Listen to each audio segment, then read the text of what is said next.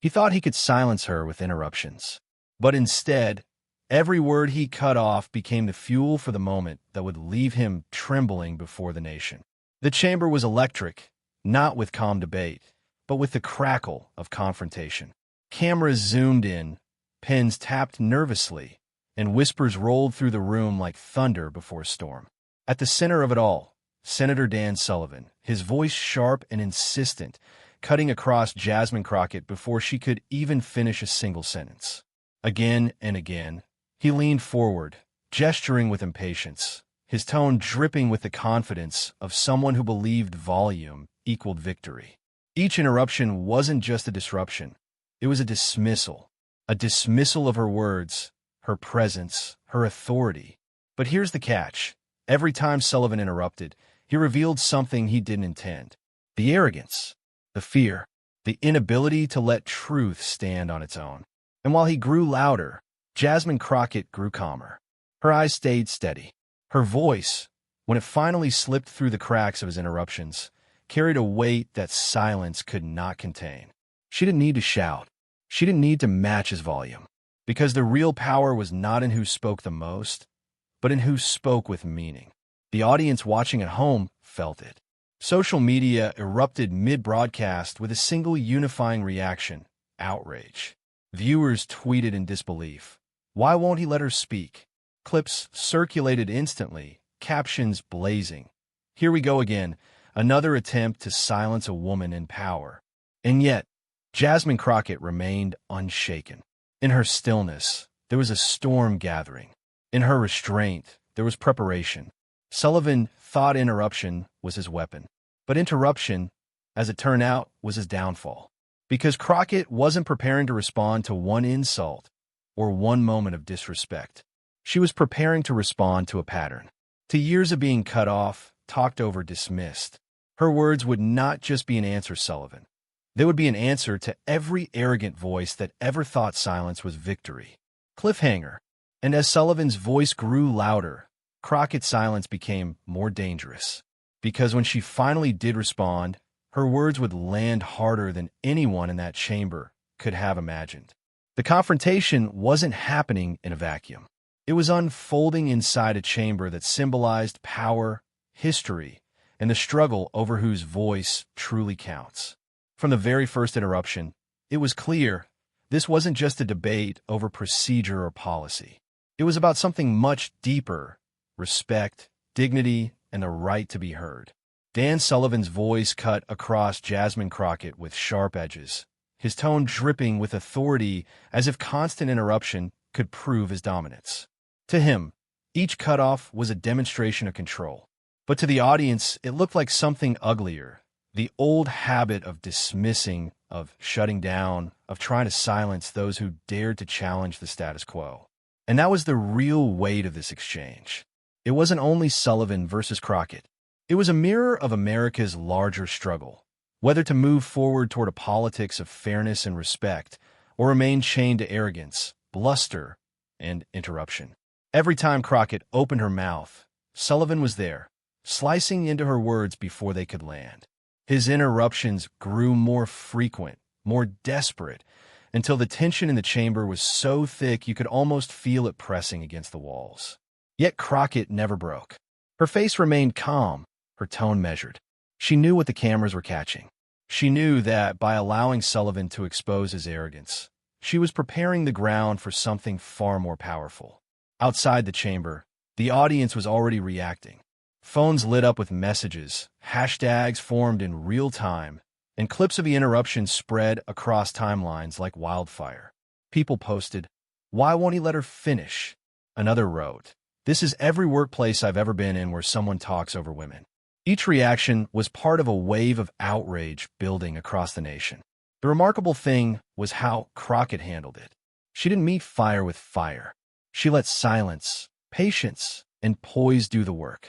While Sullivan thought he was controlling the narrative, he was, in fact, losing it. Every loud word out of his mouth made him look smaller, while her quiet resilience made her appear larger. And that was the danger Sullivan never saw coming. His interruptions weren't weakening her. They were strengthening the moment she was about to create. Each cutoff was another spark, another piece of kindling. All she had to do was choose the right second to ignite it. The air in the chamber shifted. Even Sullivan's allies seemed restless, glancing around as if they sensed the storm brewing. Something was about to break. Everyone could feel it. Crockett's silence wasn't defeat. It was strategy. And the moment she chose to finally respond would turn the debate upside down. Because in politics, as in life, the loudest voice doesn't always win. Sometimes the most devastating answer is the one delivered at the perfect time, after every interruption has stacked the odds against the interrupter himself. And Jasmine Crockett was waiting for that exact moment. The moment that would leave the chamber in shock and Dan Sullivan shaken to his core. The chamber had already revealed Sullivan's habit of interruption, but to truly understand the weight of this moment, you have to step back and look at who Dan Sullivan is and the role he's carved out for himself in American politics.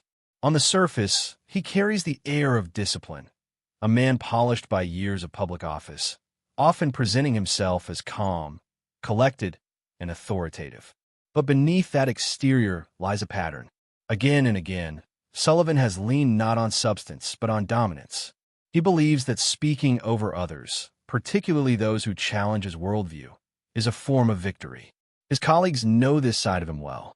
In committee meetings, in floor debates, in press scrums, Sullivan has shown flashes of that same impatience. It is a subtle arrogance that says, I don't need to hear you out because my voice carries more weight than yours ever will. For some, it's shrugged off as politics as usual. For others, it's a reminder of how power has too often been used to stifle, not to engage. This is why his interruptions of Jasmine Crockett felt so symbolic. They weren't isolated jabs. They fit neatly into a longer story, a story of a man who mistakes volume for strength and interruption for leadership. And while Sullivan may have convinced himself this strategy shows control, it has, time and again, exposed a different truth: insecurity. Because interruption, when overused, betrays something deeper. It shows fear. Fear that the other person's words, if allowed to fully land, might carry more weight than your own. Fear that truth, if given oxygen, could suffocate arrogance. Sullivan, in that debate, wasn't just reacting. He was overreacting. Every time Crockett began to speak, he jumped in as though the very sound of her voice threatened to unravel his composure. His backstory also reveals the contradictions that make him such a compelling villain in this political drama. He campaigns on fairness, yet denies it in the chamber. He speaks of respect, yet shows none to his opponents. He touts his commitment to American values, yet undermines the very principle of free and open exchange by cutting off voices he disagrees with. The image he projects on campaign trails, steady, principled professional, crumbles when the spotlight shifts to a woman of strength refusing to be silenced. That contradiction didn't just appear on debate night. It had been building for years. And viewers watching at home, many of whom had only seen sound bites of Sullivan in controlled settings, were now getting a raw, unfiltered look at him. What they saw wasn't commanding authority. It was fragility masquerading as power. Even more revealing was how he underestimated Crockett. To Sullivan, she was just another opponent to be brushed aside, another voice to be clipped mid-sentence. But what he failed to grasp was that Crockett was not standing there as an isolated individual. She was carrying the weight of countless moments when women, and especially women of color, had been treated as interruptions to a conversation instead of central participants in it. By dismissing her words, he wasn't just dismissing Jasmine Crockett. He was dismissing everyone who had lived that experience. And that made his arrogance not just personal, but cultural. The audience could see it clearly. Sullivan believed he was controlling the debate. But in reality, he was writing the script of his own downfall. Because arrogance always sets up its own collapse. And interruption, when used as a weapon, always sharpens the reply of the silenced. That night, Sullivan thought he was showing dominance. In truth, he was exposing weakness. And Crockett was patient enough to let him do it. Jasmine Crockett did not arrive in that chamber by accident. Her journey was forged in struggle, sharpened by experience, and fueled by an unshakable belief that every voice, no matter how often ignored, deserves to be heard. Long before she was sitting across from Dan Sullivan, she was standing in courtrooms and communities, fighting battles many thought could not be won. Her story is one of resilience. She knew what it meant to be underestimated, to walk into rooms where people doubted her simply because of who she was. And instead of breaking her, those experiences hardened her resolve. Every dismissal became motivation. Every attempt to silence her became a promise. She would never allow herself to be pushed into the background. That's why, when Sullivan tried to interrupt her, she didn't just hear his voice. She heard echoes of every voice that had ever tried to cut her off before. And that's what gave her power. Because Crockett's strength has never been about speaking the loudest. It has always been about speaking with purpose. Supporters admire her not only for what she says, but for the way she carries herself. Calm under pressure, unshaken in the face of arrogance. She embodies the idea that dignity is the greatest form of resistance. The more someone tries to diminish her, the brighter she shines. This is why viewers felt so connected to her in that debate. They didn't just see a politician. They saw themselves in every meeting where they weren't allowed to finish a sentence, in every conversation where their words were dismissed. Crockett was standing for them, too. Her backstory matters because it explains why Sullivan never had the advantage he thought he did. He was interrupting a woman who had spent her entire career turning interruptions into fuel. He was trying to silence someone who had built her voice from silence itself. And when the time came for her to answer, she wouldn't only be speaking for herself. She would be speaking for everyone who had ever been cut off. And that's what made her final words unstoppable. The debate floor turned into a battlefield. What began as a policy discussion quickly spiraled into a clash of egos and principles. Dan Sullivan leaned forward, his voice sharp, his interruptions constant, as if cutting off Jasmine Crockett would weaken her resolve. But each time he interjected, she grew stronger, steadier, more focused. The tension was unmistakable. Cameras zoomed in, capturing Sullivan's rising frustration. His words became less about policy and more about dominance, each interruption echoing like a challenge. "Excuse me," he snapped, waving his hand, trying to seize control of the narrative. But Crockett didn't flinch. She let the moment hang in silence, her eyes locked on him, her composure radiating through the noise. It was a masterclass in contrast. On one side, a man visibly rattled, unable to mask his impatience. On the other, a woman embodying calm defiance, refusing to be shaken. The more he pushed, the clearer the imbalance became. Viewers watching at home felt it, the arrogance of power colliding with the quiet strength of dignity. Sullivan raised his voice again, cutting across her words mid-sentence. The room shifted. Some heads turned away in discomfort. Others leaned in, waiting to see if Crockett would finally snap. But she didn't. Instead, she paused, her silence louder than his interruptions. That pause became its own weapon, drawing the audience's attention away from his bluster and back toward her steady presence. Every debate has a turning point, and this was it. Crockett's refusal to be dragged into chaos reframed the entire moment. She wasn't just debating, she was holding a mirror to Sullivan's behavior. And that mirror revealed desperation, not strength. Commentators would later say this was the moment the tide shifted. Social media was already buzzing. Why does he keep interrupting her? She's handling him with grace. This is painful to watch for Sullivan. Every tweet, every post became part of the drama unfolding in real time. By now, Crockett wasn't only speaking to the chamber.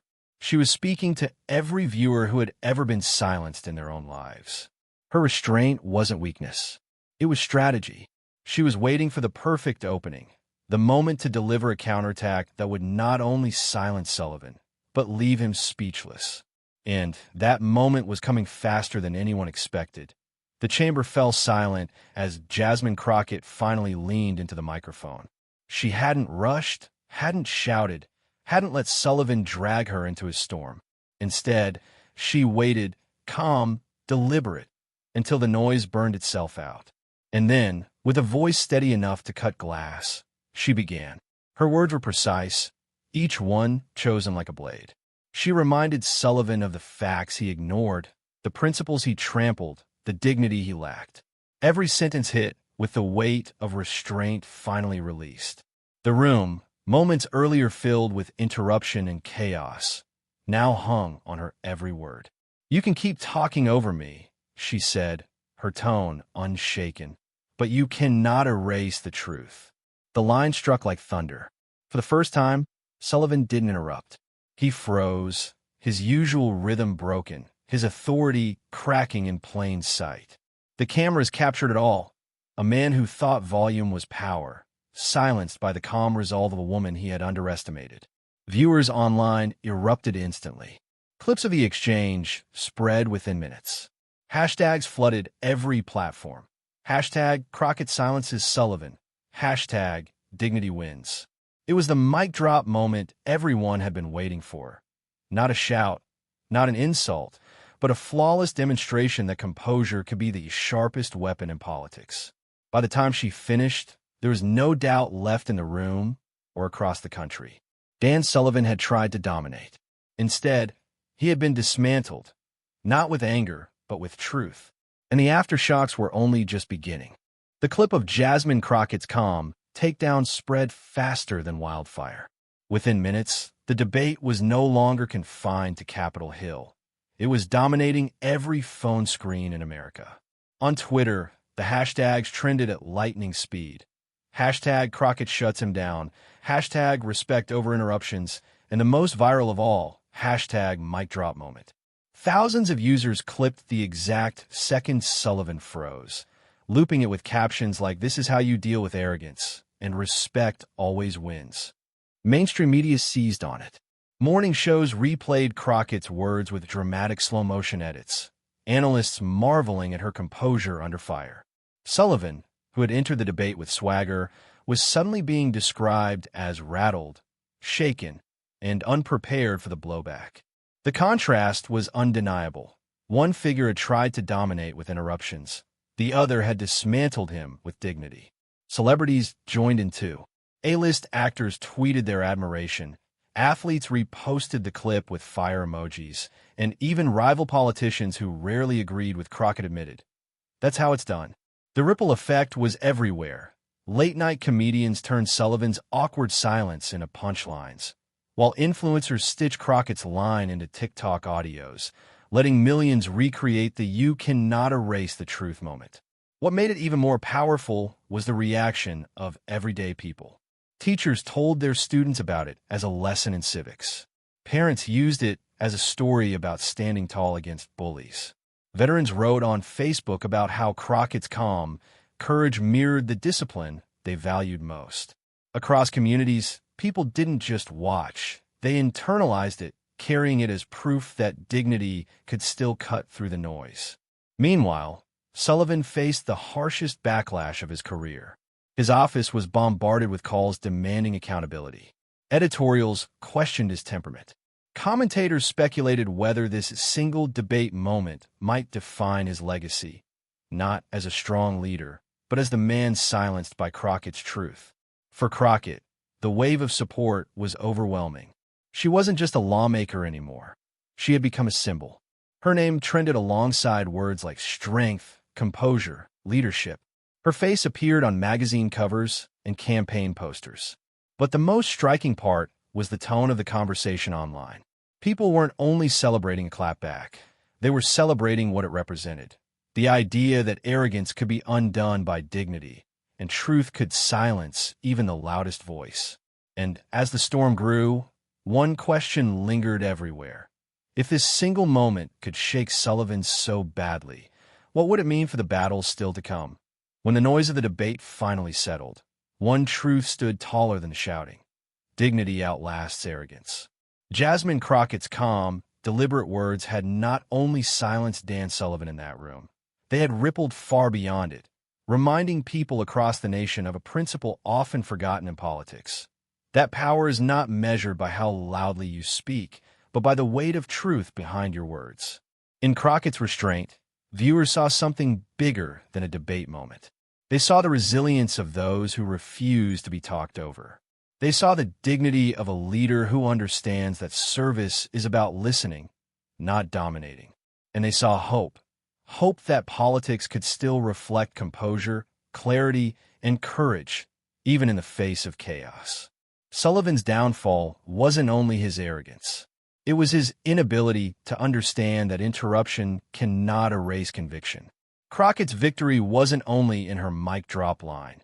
It was in her refusal to abandon principle, even when pushed to the edge. This clash crystallized a universal lesson. Respect matters, even in the roughest battles. Integrity matters, even when the stage is hostile. And truth, calmly, firmly spoken, has the power to silence even the loudest of voices. For millions watching, it wasn't just about Crockett versus Sullivan. It was about every moment in life where someone tries to overshadow your voice, and the reminder that composure can win where volume cannot. And as America replayed her words again and again, it became clear this wasn't just a debate. It was a turning point, a reminder that in the contest between arrogance and dignity, dignity will always be remembered. And so we come back to where it all began, the moment Dan Sullivan thought he could drown out Jasmine Crockett's voice with sheer volume. He interrupted again and again, convinced that control belonged to the loudest person in the room. But in the end, it wasn't Sullivan's voice America remembered. It was Crockett's words, calm, sharp, unforgettable, that shut him down cold. This wasn't just a debate clash. It was a story of dignity standing taller than arrogance, of truth echoing louder than noise. Crockett reminded us that even in a broken political arena, leadership doesn't come from interruption, but from conviction. That lesson will linger long after the headlines fade. If you felt the power of this moment, if you believe that respect should never be overshadowed by arrogance, then this is your chance to be part of the movement. Hit that subscribe button. Share this video with someone who needs the reminder that composure can defeat chaos. Leave your thoughts in the comments below, because your voice, just like Jasmine Crockett's, matters. Every time we amplify these stories, we send a message, not just to politicians, but to the world, that arrogance won't have the final word. Dignity will. And as we close, remember this. Moments like these are not just about politics. They're about us, about what kind of country we want to build, what values we want to stand for, and how we want our voices to be heard. Crockett delivered her mic drop moment in the chamber. Now it's your turn, out here in the public square.